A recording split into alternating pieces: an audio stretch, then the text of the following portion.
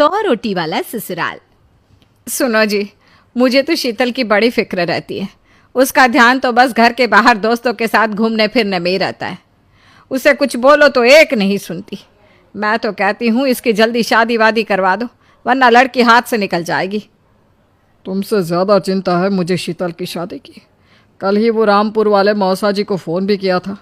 बता रहे थे एक लड़का है नज़र में। उनका अपना घर है और लड़का भी अच्छा है। अरे तो फिर बस बात चलाओ ना, एक बार देखे तो सही लड़का और घर बार कैसा है।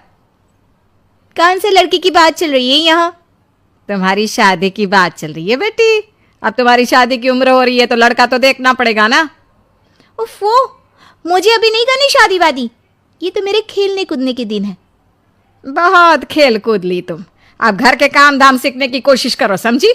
ससुराल जाकर हमारी नाक मत कटवा देना। सब्जी काटनी तो आती नहीं इसको, तो नाक ही कटवाएगी। अरे मैं इसे शादी तक अच्छे से सब सिखा दूंगी। आप तो बस उस लड़के से इसकी शादी के बाद चलवाओ। कुछ दिनों बाद कुणाल और उसकी माँ शीतल को देखने घर आते हैं। कुणाल दिखने में बड़ा ही स्मार्ट होता है। शीतल तो उसे देखती ही रह जाती है। देखो जी, हमारी कोई डिमांड तो है नहीं, बस हम चाहते हैं कि लड़की घरेलू हो, घर के सारे कामकाज संभाल ले। अब आपके परिवार में तो बस 3 ही लोग हैं, पर हमारा तो खूब भरा पूरा परिवार है। बाकी हमें लड़की के घूमने फिरने दोस्तों से मिलने से कोई दिक्कत नहीं है। घर का काम करने के बाद जो चाहे सो करे। अरे वाह, ये तो इतने बढ़िया लोग हैं। लड़का भी इतना स्मार्ट है और ऊपर से इन्हें मेरे घूमने फिरने से भी कोई दिक्कत नहीं है। हे भगवान, तूने तो बिना मांगे ही मुझे सब दे दिया। बताओ जी, और क्या चाहिए हमें? हमारी तरफ से तो रिश्ता पक्का है जी। बस फिर तो हंसी खुशी शीतल और कुणाल की शादी हो जाती है।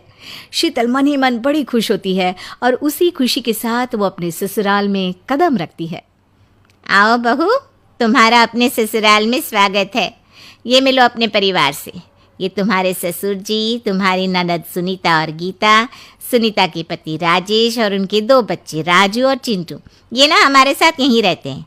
ये तुम्हारी दादी सास हैं और बाकी लोग अभी बाहर गए हुए हैं। इतने सारे लोग, ये सब यहीं रहते हैं इस घर में? अरे अभी तो मेरे देवर देवरानी और उनके 3 बच्चे यहाँ नहीं है।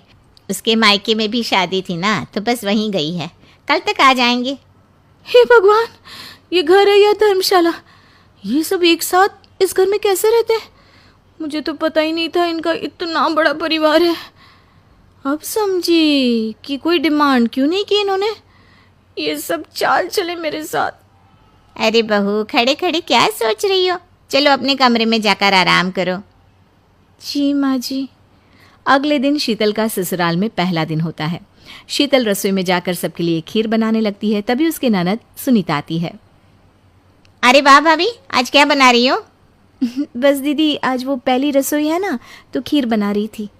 अरे भाभी, ये खीर वीर रहने दो। घर में 4 लोगों को शुगर है और कुछ लोग मीठा ही नहीं खाते। आप ना सीधा खाना ही बना दो। क्या फ़र्क पड़ता है मीठा बने या नमकीन? बस बहू के हाथ की पहली रसोई होनी चाहिए ना। जी दीदी, तो फिर मैं खाना ही बना देती हूँ। आप बता दो खाने में क्या बनेगा? बस सिंपल सी कोई सब्जी बना दो, जैसे आलू गोभी या आलू मटर, और उसके साथ रोटियां सेक दो। हमारे परिवार में अब तुम्हें मिलाकर पूरे 20 लोग हो गए हैं।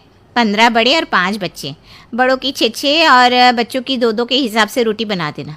चलो मैं चलती हूँ, सब देख लेना। हाँ, बड़ों की 6 रोटी मतलब कि 15 लोगों की 90 रोटियाँ, और बच्चों की 2 रोटी मतलब 5 बच्चों की 10 रोटियाँ। 90 और 10 मतलब कुल मिलाकर 100 रोटियाँ। हाय, मैं तो मर गई। 100 रोटी अकेले कैसे बनाऊंगी? माँ, ये तुमने मेरी शादी कहाँ कर दी? शादी से पहले तो मैंने कभी 4 रोटी से ज़्यादा नहीं बनाई। शीतल एक बड़ी सी परात में 100 लोगों के हिसाब से आटा निकालती है और उसे गूंथना शुरू करती है। आटा गूंथते गूंथते शीतल के पसीने छूट जाते हैं। उसके बाद बारी आती है रोटी बनाने की। शीतल एक एक करके रोटी बनाना शुरू करती है और 10 रोटी बनाते ही अपनी कमर पकड़ लेती है। हाय, मैं मर गई। मेरी कमर टूट गई खड़े खड़े, और ऊपर से इतनी गर्मी। मैं 100 रोटियां कैसे बनाऊंगी? अब उसे समझ आया कि जिंदगी फिल्मों जैसी नहीं, असल में जिम्मेदारियों से भरी होती है।